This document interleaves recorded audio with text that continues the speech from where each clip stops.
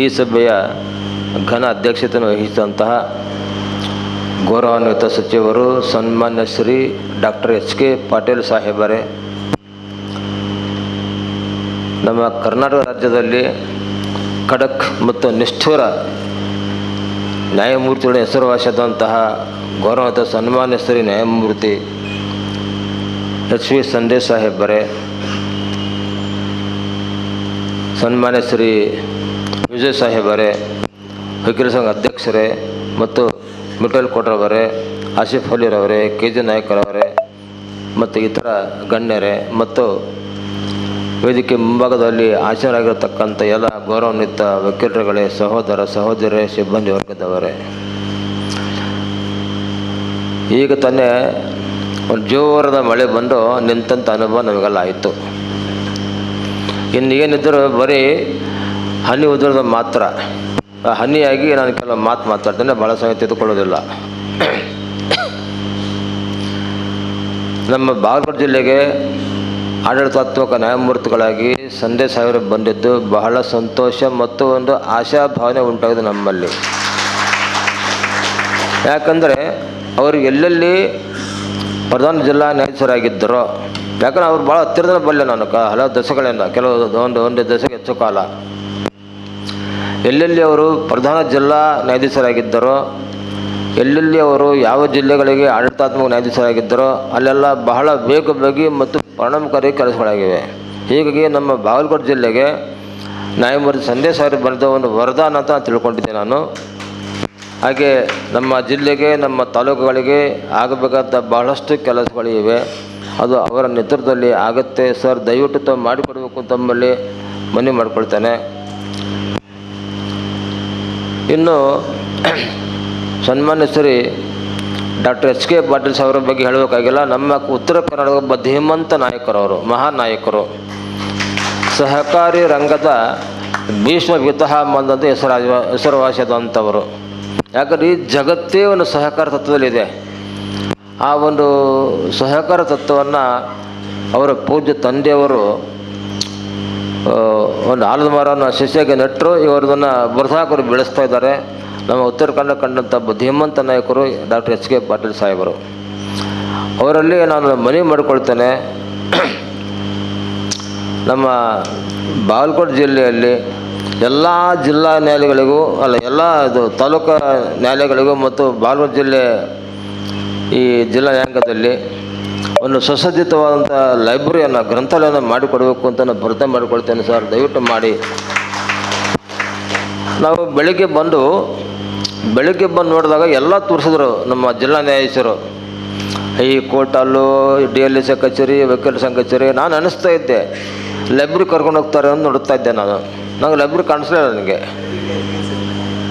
ನಾನು ಅಧ್ಯಕ್ಷರಿಗೆ ಕೇಳಿದೆ, ನಾನು ಎಲ್ಲ ಮಾಡಬೇಕಾಗಿದೆ ಅಂತೇಳಿ. ನೋಡಿ, ನಾವು ವಕೀಲರು ಸಮಾಜದ ಬುದ್ಧಿಮತ್ತೆಯ ಕೆನೆಪದರು ಅಂತ ಹೇಳ್ತೇವೆ, ಕ್ರೀಮಿ ಲೇಯರ್, ಒಂದು ಬುದ್ಧಿಮತ್ತೆಯ ಒಂದು ಕೆನೆಪದರು ವಕೀಲರು ಅಂದರೆ. ಆದರೆ ನಮಗೆ ಒಂದು ಗ್ರಂಥಾಲಯ, ಸುಸಜ್ಜಿತ ಗ್ರಂಥಾಲಯ ಇಲ್ಲ. ಯಾಕಂದರೆ ಗ್ರಂಥಾಲಯ ಕಂಟಿನ್ಯೂಸ್ ಲರ್ನಿಂಗ್ ಪ್ರೊಸೆಸ್ಗೆ ಬಹಳ ಸಹಾಯಕ. ಗ್ರಂಥಾಲಯ ಇಲ್ಲದೆ ಹೋದರೆ ನಾವು ಏನು ರಿಸರ್ಚ್ ಮಾಡ್ತೇವೆ, ಮಾಡೋಕ್ಕಾಗಲ್ಲ. ಹೀಗಾಗಿ ಗ್ರಂಥಾಲಯ ಸ್ಥಾಪನೆ ಭಾಳ ಅತ್ಯಗತ್ಯವಾಗಿದೆ ಸರ್. ಅದಕ್ಕೆ ನಾನು ಎಲ್ಲ ಇಲ್ಲಿ ಸ್ಥಳೀಯ ಸನ್ಮಾನ್ಯ ಶಾಸಕರಲ್ಲಿ, ಎಲ್ಲ ಸಚಿವರುಗಳಲ್ಲಿ ನಾನು ಮನವಿ ಮಾಡಿಕೊಳ್ತೇನೆ, ದಯವಿಟ್ಟು ನಮಗೆ ಮೂಲಭೂತವಾಗಿ ಗ್ರಂಥಾಲಯದ ಅವಶ್ಯಕತೆ ಇದೆ. ಅದನ್ನು ಎಲ್ಲ ತಾಲೂಕುಗಳಲ್ಲಿ ಮತ್ತು ಬಾಗಲಕೋಟೆ ಜಿಲ್ಲೆಯಲ್ಲಿ, ಬಾಗಲಕೋಟೆ ಜಿಲ್ಲಾ ನ್ಯಾಯಾಂಗದಲ್ಲಿ ಒಂದು ಸುಸಜ್ಜಿತವಾದಂಥ ಗ್ರಂಥಾಲಯ ಮಾಡಿಕೊಡ್ರಿ ಅಂತ ನಾನು ಮನವಿ ಮಾಡಿಕೊಳ್ತೇನೆ ಸರ್. ಹಾಗೆ ನಮ್ಮಲ್ಲಿ ಪೆಂಡೆನ್ಸಿ ಜಾಸ್ತಿ ಇದೆ, ಇಲ್ಲಿ ಲ್ಯಾಂಡ್ ಕೇಸ್ ಜಾಸ್ತಿ. ನಾನು ಕೆಲವು ತಿಂಗಳ ಹಿಂದೆ ಹುನಗುಂದದಲ್ಲಿ ಜಿಲ್ಲಾ ನ್ಯಾಯಾಲಯ ಉದ್ಘಾಟನೆ ಹೋದಾಗ ಅಲ್ಲಿ ಕೆಲವು ರೈತರು ಮನವಿ ಕೊಟ್ಟರು.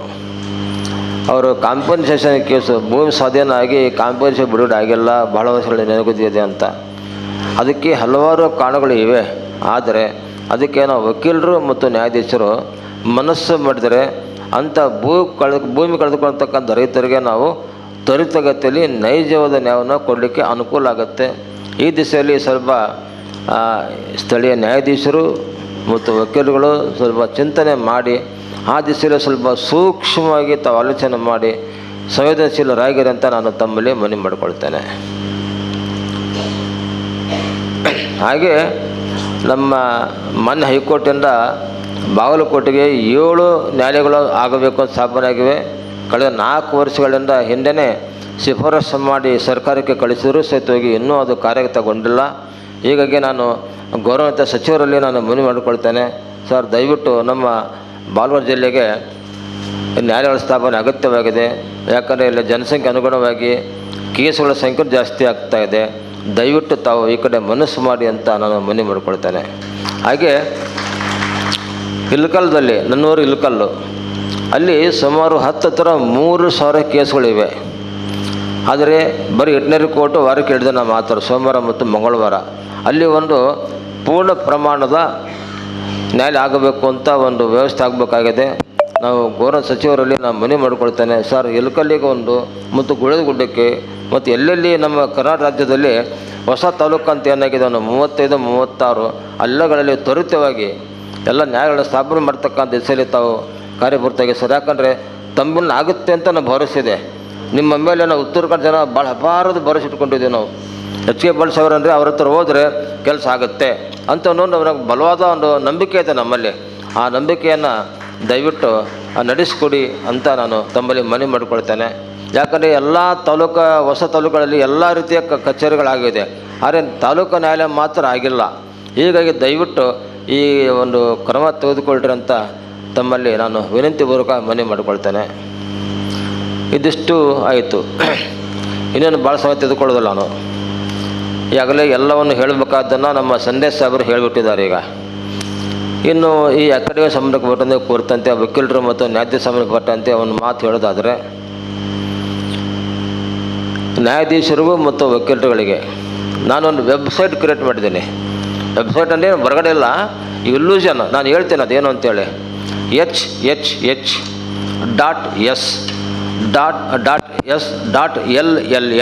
ನೆನಪಿಟ್ಕೊಳ್ಳಿ. ಆಗಲೇ ಸಾಕಷ್ಟು 7 ಲ್ಯಾಂಪ್ಸ್ ಅಂತೇಳಿ ಎಲ್ಲ ಹೇಳಿದರೆ ಅದೆಲ್ಲ ಕ್ರೋಢೀಕರಿಸಿ ಸಂಕ್ಷಿಪ್ತವಾಗಿ ಹೇಳ್ತೇನೆ. hhh.s.ll ಏನು ಅಂತಂದರೆ HH ಅಂದರೆ honest HIH honesty, integrity, hard work, HIH. ಇಲ್ಲಿ ನೋಡಿ, ಈ ನಮ್ಮ ವೃತ್ತಿಯಲ್ಲಿ ಹಾನೆಸ್ಟಿ ಅಂತ ಅನ್ನೋದು ಬಹಳ ಒಂದು ಮೂಲಭೂತ ತತ್ವ ಆಗಿರಬೇಕು. ಅದು ಕೇವಲ ನ್ಯಾಯಾಧೀಶರಿಗೆ ಮಾತ್ರ, ವಕೀಲರಿಗೂ ಅವಶ್ಯಕ. ಅದನ್ನಾಗಲೇ ಸಂದೇಶರು ಒತ್ತಿ ಹೇಳಿದ್ದಾರೆ. ಹೀಗಾಗಿ ಹಾನೆಸ್ಟಿ, ನಮ್ಮ ಸೀನಿಯರು N.K. ಪಾಟೀಲ್ ಸಾಹೇಬರು, ನಾನು ಬೆಂಗಳೂರಿಗೆ ಪ್ರಾಕ್ಟೀಸ್ ಮಾಡಲಿಕ್ಕೆ ಹೋದಾಗ ಅವರು ಮೊಟ್ಟ ಮೊದಲು ಹೇಳಿದ್ದೆ 4 ಶಬ್ದ, HIHS. ಅದನ್ನು ನಿಮಗೆ ನಾನು ಒಂದರಲ್ಲಿ ಬೀಳ್ತಾಯಿದ್ದೆ. ನಾನು ಮೊದಲೇ ಹಾನೆಸ್ಟಿ, 2ನೇ I ಇಂಟೆಗ್ರಿಟಿ, ಮತ್ತೊಂದು H ಹಾರ್ಡ್ ವರ್ಕ್, ಇದು HIH. ಈಗ ಕೆಲವೊಂದು ಸ್ವಲ್ಪ ಒಂದು ಮಾತು ಬರ್ತಾಯಿದೆ. ಈಗ ಈ ಹಾರ್ಡ್ ವರ್ಕ್ ಬೇಡ, ಸ್ಮಾರ್ಟ್ ವರ್ಕ್ ಮಾಡಿ ಅಂತ. ಅದು ಅನ್ಮತಿ ಹೇಳ್ತೀನಿ, ಅಂಥ ಹುಸಿ ಮಾತುಗಳಿಗೆ ಬಲಿ ಹಾಕಬೇಡಿ. ಸ್ಮಾರ್ಟ್ ವರ್ಕ್ ಅಂತಂದರೆ ಜಾಸ್ತಿ ಕೆಲಸ ಮಾಡಬೇಡಿ, ಬರೀ ತಲೆಯನ್ನು ಓಡಿಸಿ ಅಷ್ಟೇ ಕೆಲಸ ಮಾಡಿ, ದಿನಕ್ಕೆ 4 ಗಂಟೆ ಕೆಲಸ ಮಾಡಿ ಅಂತ ಹೇಳ್ತಾರೆ. ಅದಲ್ಲ ಅದು. ಯಾಕಂದರೆ ವಕೀಲ ವೃತ್ತಿ ಆಗಲಿ ಅಥವಾ ನ್ಯಾಯಾಧೀಶ ವೃತ್ತಿ ಆಗಲಿ ಕೇವಲ 4 ಗಂಟೆ ಅಥವಾ 5 ಗಂಟೆ ಅಥವಾ ಬ್ಯಾಂಕ್ ಜಾಬ್ ಟೈಪ್ ಅಲ್ಲ ಅದು. ಬೆಳಗ್ಗೆ 10ಕ್ಕೆ ಹೋಗೋ, ಸಾಯಂಕಾಲ 6 ಗಂಟೆಗೆ ಬಾ ಅಂತಲ್ಲ. ಆದರೆ ನಾನು ನಿಜವಾಗಿ ನಿಮಗೆ ಹೇಳ್ತೇನೆ, ನಿಮಗೆ ನಮ್ಮ ಕೆಲಸ, ನ್ಯಾಯಾಧೀಶರ ಕೆಲಸ ಮತ್ತು ವಕೀಲರ ಕೆಲಸ ಶುರು ಆಗೋದು ಬೆಳಗ್ಗೆ 10 ಗಂಟೆಗೆ ಮೊದಲು, ಸಾಯಂಕಾಲ 6 ಗಂಟೆ ನಂತರ. ನಿಜವಾದ ಕೆಲಸ ವಕೀಲರದು ಮತ್ತು ನ್ಯಾಯಾಧೀಶರದು ಸಾಯಂಕಾಲ 6 ಗಂಟೆ ನಂತರನೇ ಕೋರ್ಟ್ ಮುಗಿಸಿ. ಅಲ್ಲಿವ್ರು ಏನು ಮಾಡ್ತಾರೆ ಅಂತ ಅಲ್ಲಿ ಕೋರ್ಟ್ ನಡೆಸ್ತೇವೆ. ಆದರೆ ಸಾಯಂಕಾಲ ಮತ್ತು ಬೆಳಗ್ಗೆ ಅಧ್ಯಯನ ಮಾಡಿದ ಹೊರತು ಯಾರು ಯಶಸ್ವಿ ಆಗಲಿಕ್ಕೆ ಸಾಧ್ಯ ಇಲ್ಲ. ಅದಕ್ಕೆ ಬಹಳ ಬೇಕಾಗಿರೋದು ಹಾರ್ಡ್ ವರ್ಕ್ ಅನ್ನೋದು ಬಹಳ ಮುಖ್ಯ ಆಗುತ್ತೆ. ಇದೇ ಅರ್ಥದಲ್ಲಿ ಹಾರ್ಡ್ ವರ್ಕ್ ಅಂತ ಹೇಳ್ತೀವಿ. ಎಲ್ಲಿ ನೀವು ಹಾರ್ಡ್ ವರ್ಕ್ ಮಾಡ್ತಾ ಅಲ್ಲಿ ನೀವಲ್ಲಿ ಸ್ಮಾರ್ಟ್ನೆಸ್ ಬರ್ತೇವೆ ವಕೀಲಿಕೆ. ಅದೇ ಸ್ಕಿಲ್ ಅನ್ನೋದು. ಎಲ್ಲಿ ನೀವು ಕೆಲಸ ಮಾಡ್ತಾ ಹೋಗ್ತೀರಿ ಅಲ್ಲಿ ಒಂದು ಸ್ಕಿಲ್ ಡೆವಲಪ್ಮೆಂಟ್ ಆಗುತ್ತೆ. ಆ ಸ್ಕಿಲ್ ಉಪಯೋಗ ಮಾಡಿಕೊಂಡು ಏನು ಕೆಲಸ ಮಾಡ್ತೀವಿ ದ್ಯಾಟ್ ಬಿಕಮ್ಸ್ ಸ್ಮಾರ್ಟ್ ವರ್ಕ್, ಇಷ್ಟೇ. ಆದರೆ ಹಾರ್ಡ್ ವರ್ಕ್ ಮಾಡಿದ್ರೆ ಸ್ಮಾರ್ಟ್ ವರ್ಕ್ ಬರೋಕ್ಕೆ ಸಾಧ್ಯ ಇಲ್ಲ. ಹೀಗಾಗಿ ಈ HIH ತುಂಬ ಇಂಪಾರ್ಟೆಂಟು. ಮತ್ತೊಂದು .S ಅಂತಂದರೆ, ಎಸ್ ಅಂದರೆ ಸಿನ್ಸಿಯರಿಟಿ. Sincere towards client. ವಕೀಲರಿಗೆ ಕ್ಲೈಂಟ್ಗಳಿಗೆ ನಿಷ್ಠೆಯಿಂದ ಇರ್ತಕ್ಕಂಥದ್ದು ಬಹಳ ಮುಖ್ಯ. ಹಾಗೆ ನ್ಯಾಯಾಧೀಶರಿಗೆ ತಮ್ಮ ಕೆಲಸದಲ್ಲಿ ಇರ್ತಕ್ಕಂಥ ನಿಷ್ಠೆ. ಹೀಗಾಗಿ ಎಸ್ ಅಂತ ಅನ್ನೋದು sincere towards client, sincere towards work. ಇದು ನ್ಯಾಯಾಧೀಶರಿಗೆ ಮತ್ತು ವಕೀಲರಿಗೆ ಅನ್ನತಕ್ಕಂಥದ್ದು ಎಸ್. ಅದು ಮತ್ತೊಂದು ಎಲ್ 3 ಎಲ್. ಏನಂದರೆ ಫಸ್ಟ್ ಎಲ್ ಅಂತಂದರೆ law, second L language, third L learning. Law, language and learning, continuous learning. Law ಅಂತಂದರೆ ಈಗ ಅನೇಕ ಹೊಸ ಕಾನೂನುಗಳು ಬರ್ತವೆ. ದಿನನಿತ್ಯ ಸುಪ್ರೀಂ ಕೋರ್ಟು ಮತ್ತು ಹೈಕೋರ್ಟ್ ಎಲ್ಲ ಅನೇಕ ನ್ಯಾಯ ತೀರ್ಪುಗಳು ಬರುತ್ತವೆ. ಅವುಗಳ ಅಧ್ಯಯನ ಮಾಡ್ತಕ್ಕಂಥದ್ದು ಅಂದರೆ ಕಂಟಿನ್ಯೂಸ್ ಆಗಿ ನಾವು ನಮ್ಮ ಈ ಲೀಗಲ್ ನಾಲೆಜನ್ನು ನಾವು ಹೆಚ್ಚಳ ಮಾಡ್ತಾ ಹೋಗುವಂಥದ್ದು. ನೋಡಿ, ಒಂದು ಬ್ಯೂಟಿಫುಲ್ ಒಂದು ಹೇಳ್ತೇನೆ ನಿಮಗೆ. ನಾವು 10 ವರ್ಷದ ಹಿಂದೆ 20 ವರ್ಷದ ಹಿಂದೆ ಸಂವಿಧಾನದಲ್ಲಿ ಆರ್ಟಿಕಲ್ 21 ಅಂತ ನಾವು ಓದಿದರೆ ಆವಾಗ ನಮಗೆ ಬರ್ತಕ್ಕಂಥ ಒಂದು ಪರ್ಸೆಪ್ಷನ್ನು ಬೇರೆ. ಈಗ 10 ವರ್ಷ ಆದ ನಂತರ 20 ವರ್ಷ ಆದ ನಂತರ ಅದೇ ಆರ್ಟಿಕಲ್ ಓದಿದರೆ ಈಗ ಬರ್ತಾ ಪರ್ಸೆಪ್ಷನ್ ಬೇರೆ. ಯಾಕಂದರೆ 10 ವರ್ಷ 20 ವರ್ಷದ ಮೊದಲು ಆವಾಗ ನಮಗೇನು ಪ್ರಬುದ್ಧತೆ ಇತ್ತು, ಆ ಪ್ರಬುದ್ಧತೆ ಆಧಾರದ ಮೇಲೆ ನಾವು ಓದಿದಾಗ ನಮ್ಗೆ ಆತನ ವಿಚಾರ ಬರುತ್ತೆ. ಅದೇ 20 ವರ್ಷ ಆದ ನಂತರ ಅದೇ ಆರ್ಟಿಕಲ್ 20 ಓದಿದರೆ ಪರ್ಸೆಪ್ಟ್ ಚೇಂಜ್ ಆಗುತ್ತೆ. ಇನ್ನು ಯಾಕೆ ನಮ್ಮ 20 ವರ್ಷ ಅನೇಕ ಇನ್ನೂ ನಾವು ಹೆಚ್ಚು ಪ್ರಬುದ್ಧರಾಗಿರ್ತೇವೆ. ಹೀಗಾಗಿ ಈ ಕಂಟಿನ್ಯೂಸ್ ಲರ್ನಿಂಗ್ ಅನ್ನೋದು ಬಹಳ ಮುಖ್ಯ. ಅದರಲ್ಲಿ ಒಂದೇ ಒಂದು ರಿಕ್ವೈರ್ಮೆಂಟ್, ಒಂದೇ ಒಂದು ಅಂಶ ಓದುವಂಥದ್ದಂದರೆ ಅದು ವಕೀಲರಲ್ಲೇ ಮತ್ತು ನ್ಯಾಯಾಧೀಶರಿಗೆ ಮಾತ್ರ ಕಂಟಿನ್ಯೂಸ್ ಲರ್ನಿಂಗ್ ಇರ್ತಕ್ಕಂಥದ್ದು. ಈಗ ಡಾಕ್ಟರ್ ನೋಡಿ, ಅವರು ಒಂದಕ್ಕೆ ಸ್ವಲ್ಪ ಸೀಮಿತವಾಗಿ ಇರ್ತಾರೆ, ತಮ್ಮದೇ ಅಂತ ಒಂದು ಫೀಲ್ಡಲ್ಲಿ ಮಾತ್ರ ಓದ್ತಾ ಇರ್ತಾರೆ ಅಷ್ಟೇ. ಅವರು ಇಂಜಿನಿಯರು, ಟ್ರೇಡ್ ಅಕೌಂಟೆಂಟು, ಲಿಮಿಟೆಡ್. ಆದರೆ ವಕೀಲರಿಗೆ ಮತ್ತು ನ್ಯಾಯಾಧೀಶರಿಗೆ ಈ ಕಾನೂನಲ್ಲಿ ಇಷ್ಟೇ ಕಾನೂನು, ಇಷ್ಟೇ ಆಳಿದೆ, ಇಷ್ಟೇ ಆಗಲ್ಲ, ಸಾಧ್ಯನೇ ಇಲ್ಲ ಆ ಥರ. ಯಾಕಂದರೆ ಆಳಕ್ಕೆ ನಿಲುಕದ್ದು, ಆಕಾಶಕ್ಕೂ ನಿಲುಕದಂಥ ಒಂದು ಮಹಾಸಾಗರ ಈ ಒಂದು ವಕೀಲ ವೃತ್ತಿ ಮತ್ತು ನ್ಯಾಯಾಧೀಶರ ಒಂದು ವೃತ್ತಿ ಇದು. ಹೀಗಾಗಿ ನಾವು ನಮ್ಮ ಲೀಗಲ್ ನಾಲೆಜನ್ನು ಸತತವಾಗಿ ನಾವು ಹೆಚ್ಚಳ ಮಾಡ್ತಾ ಹೋಗ್ಬೇಕಾಗುತ್ತೆ. ಹೆಚ್ಚು ತಿಳ್ಕೊಂಡಷ್ಟು ನಾವು ಇಗ್ನೋರೆನ್ಸ್ ಬರುತ್ತೆ. That is called law of ignorance. ನಾವು ಹೆಚ್ಚು ತಿಳ್ಕೊಂತ ಎಲ್ಲ ನಮ್ಗೆ ವಿಘ್ನ ಗೊತ್ತಾಗುತ್ತೆ. ಆವಾಗ ಇನ್ನೂ ತಿಳ್ಕೊಬೇಕು, ಇನ್ನೂ ಮಾಡಬೇಕು. ಆವಾಗೇನಾಗುತ್ತೆ ಅಂತ ಹೇಳಿದ್ರೆ, ಆಗ ನ್ಯಾಯಾಲಯದಲ್ಲಿ ನಾವು ಸರಿಯಾಗಿ ರಿಸರ್ಚ್ ಮಾಡಿ ಕೇಸ್ ಮಂಡನೆ ಮಾಡುವಾಗ ನ್ಯಾಯಾಧೀಶಕ್ಕೆ ಅನುಕೂಲ ಆಗುತ್ತೆ. ಹೀಗಾಗಿ ಇದು ಮೊದಲ ಎಲ್ಲ ಅನ್ನೋದು ಲಾ ಅಲ್ಲಿ. ಆಮೇಲೆ ಎರಡನೇದು ಲ್ಯಾಂಗ್ವೇಜು ಬರಹ ಮತ್ತು ವಾದ ಸರಣಿ ಇಲ್ಲಿ ಬಹಳ ಮುಖ್ಯ ಆಗುತ್ತೆ. ಅದು ಯಂಗ್ಸ್ಟರ್ಸ್ ನಾನು ಅಡ್ವೊಕೇಟ್ಗೆ ನಾನು ಮನೆ ಮಾಡ್ಕೊಳ್ತೇನೆ, ಲ್ಯಾಂಗ್ವೇಜ್ ಇಂಪ್ರೂವ್ ಮಾಡ್ಕೊಳ್ಳಿ, both in Kannada and English. ಹೀಗಾಗಿ ಈ ಲ್ಯಾಂಗ್ವೇಜನ್ನು ತುಂಬ ಇಂಪಾರ್ಟೆಂಟ್. ಯಾಕಂದರೆ ಪ್ರೆಸೆಂಟೇಷನ್ ಸ್ಕಿಲ್ ತುಂಬ ಇಂಪಾರ್ಟೆಂಟ್ ಆಗುತ್ತೆ. ನಿಮ್ಗೆ ಹೇಳ್ತೇನೆ, ನಾನು ಹೈಕೋರ್ಟಲ್ಲಿ ನೋಡಿದ್ದೇನೆ ಅಷ್ಟು. ಈಗ ನಾವು ಈ ಥರ ಆಗ್ಬೋದು, ನಾವು ವಕೀಲರಾಗಿದ್ದಾಗ, ನಾವು ಸೀನಿಯರ್ ಅಡ್ವೊಕೇಟು ವಾದ ಸರಣಿದಾಗ ಈ ಥರ ಆಗ್ಬೋದು ಅಂತಂದರೆ ಬೇರೆ ಒಂದು ವಾದ ಸರಣಿಯಿಂದ ಅದು ಬೇರೆಯಾಗಿರ್ತದೆ. ಅದು ಉಲ್ಟಾ ಅಂತಲ್ಲ, ಬೇರೆಯಾಗಿರ್ತದೆ. ಅಂದರೆ ತಮ್ಮ ಒಂದು ವಾದ ಮಾಡಿ ಜಾಣ್ಮೆಯಿಂದ ಆ ಒಂದು ಕೇಸನ್ನು ತುಂಬ ಅತ್ಯಂತ ಸ್ಕಿಲ್ಫುಲ್ಲಾಗಿ ಪ್ರೆಸೆಂಟ್ ಮಾಡ್ತಾರೆ. ಅದು ನಮ್ಮ ನ್ಯಾಯಾಧೀಶರಾಗಿ ಸಹಿತ ಅನಿಸುತ್ತಿದೆ ನಮಗೆ. ಮೊದಲು 5 ನಿಮಿಷ ಕೇಳಿದಾಗ ಈ ಥರ ಇದೆ ಅಂತಂತೆ, ಆಮೇಲೆ ಮತ್ತೆ ಅದನ್ನೇ ಸ್ವಲ್ಪ ಹೆಚ್ಚಿಗೆ ಕೇಳಿದಾಗ ಒಂದು ಗುಡ್ ಪ್ರೆಸೆಂಟೇಷನ್ ಸ್ಕಿಲ್ ಏನು ಒಂದು ವಕೀಲರ ಬರುತ್ತೆ. ಅಲ್ಲೇ ನಮಗೆ ಈ ಕೇಸಲ್ಲಿ ಏನಿದೆ, ಈ ಥರ ತೀರ್ಮಾನ ಮಾಡಬೇಕು ಅನ್ನೋ ಗೊತ್ತಾ. ಈಗ that all depends upon how language you are using.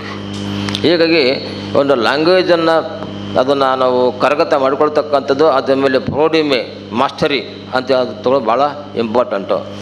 ಮತ್ತು ಮೂರನೇದು ಎಲ್ಲ ಅಂತಂದರೆ ಲರ್ನಿಂಗ್. ಆಗಲೇ ಹೇಳಿದೆ ನಾನು, ಫಸ್ಟ್ ಹೇಳಿದೆ ಲರ್ನಿಂಗ್, ಕಂಟಿನ್ಯೂಸ್ ಲರ್ನಿಂಗ್ ಇರಬೇಕು. ಕಂಟಿನ್ಯೂಸ್ ಲರ್ನಿಂಗ್ಗೆ ಈ ಥರ ಅಕಾಡೆಮಿಗಳು ತುಂಬ ಸಹಾಯ ಆಗುತ್ತೆ. ಹೀಗಾಗಿ ರಾಜ್ಯ ವಕೀಲರ ಪರಿಷತ್ತಿಗೂ ಮತ್ತು ವಕೀಲರ ಸಂಘಕ್ಕೂ ನಾನು ಬಹಳ ಹೃದಯಪೂರ್ವಕ ಅಭಿನಂದನೆ ಸಲ್ಲಿಸ್ತೇನೆ. ಈ ಥರ ಒಂದು ಕಾರ್ಯಾಗಾರ ವರ್ಕ್ಶಾಪು ಭಾಳಷ್ಟು ಹೆಚ್ಚಿನ ಮಟ್ಟದಲ್ಲಿ ಆಗಬೇಕಾಗುತ್ತೆ. ಈಗ ಮತ್ತು ಲೈಬ್ರರಿ, ಆಗಲೇ ಹೇಳಿದಾಗೆ ಲೈಬ್ರರಿ ಮತ್ತು ಎಂಥ ಅಕಾಡೆಮಿಗಳು, ಚಿಂತನ ಗೋಷ್ಠಿಗಳು ನಮಗೆ ಈ ಕಂಟಿನ್ಯೂಸ್ ಲರ್ನಿಂಗ್ ಮಾಡಿದ್ರೆ ನಮಗೆ ಬಹಳ ಸಹಾಯ ಆಗುತ್ತೆ. ನಮಗೆ ಈ ದಿಸೆಯಲ್ಲಿ ಇದನ್ನು h.s.ll ಅಂತ ಹೇಳ್ತಕ್ಕಂಥದ್ದು. ಇನ್ನು ಮಿಕ್ಕಿದ್ದೆಲ್ಲ ನಮ್ಮ ಸಂದೇಶ ಎಲ್ಲ ಹೇಳಿದ್ದಾರೆ. ಮತ್ತು ನಮ್ಮನ್ನು ಇಲ್ಲಿಗೆ ಕರೆಸಿ ನಮಗೆ ಆತ್ಮೀಯಗೆ ಸನ್ಮಾನ ಮಾಡ್ತಕ್ಕಂಥ ತಮ್ಮೆಲ್ಲರಿಗೂ ಒಂದು ಸಲ್ಲಿಸುತ್ತಾ, ಈಗ ನಿಮ್ಮ ಕಾರ್ಯಾಗಾರ ಮೂಡಿಸೋದು ಒಂದು ಹೆಚ್ಚಿನ ಯಶಸ್ವಿಯಾಗಿ ಮತ್ತು ಹೊಸದ ಒಂದು ಸ್ಕಿಲ್ ತಗೊಂಡಿಗೆ ನೀವು ಹೊರಬಂದು ನಿಮ್ಮ ಜಾಣ್ಮೆಯನ್ನು, ನಿಮ್ಮ ಬುದ್ಧಿಮತ್ತೆಯನ್ನು ನ್ಯಾಯಾಲಯಗಳಿಗೆ ಉಪಯೋಗ ಮಾಡಿ ಅದನ್ನು ನಮ್ಮ ಸಮಾಜಕ್ಕೆ ಒಂದು ನ್ಯಾಯ ವಿತರಣೆ ಕಾರ್ಯದಲ್ಲಿ ಒಂದು ಸಮಗ್ರವಾಗಿ ತಾವು ತೊಡಗಿಸ್ಕೊಳ್ತೇವೆ ಅಂತ ಒಂದು ಆಶಾವನ್ನು ವ್ಯಕ್ತಪಡಿಸುತ್ತಾ ನನ್ನ ಮಾತಿಗೆ ವಿರಾಮ ಹೇಳ್ತೇನೆ. ನಮಸ್ಕಾರ. ಜೈ ಹಿಂದ್, ಜೈ ಕರ್ನಾಟಕ. ಧನ್ಯವಾದಗಳು.